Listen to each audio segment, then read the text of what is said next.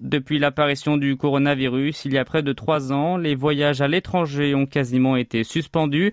Par conséquent, les passagers n'avaient pas beaucoup d'occasion d'utiliser leurs miles accumulés.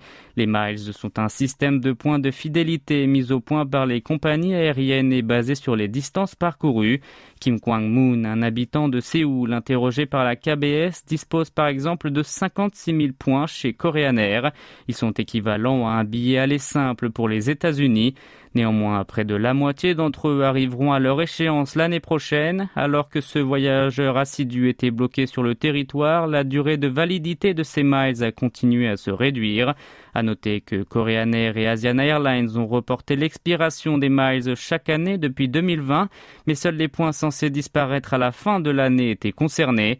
Les consommateurs demandent alors de prolonger la validité de tous les miles sans exception, d'autant que leur non-utilisation était due à des raisons extérieures et que la normalisation des opérations de vol n'était pas encore totalement d'actualité.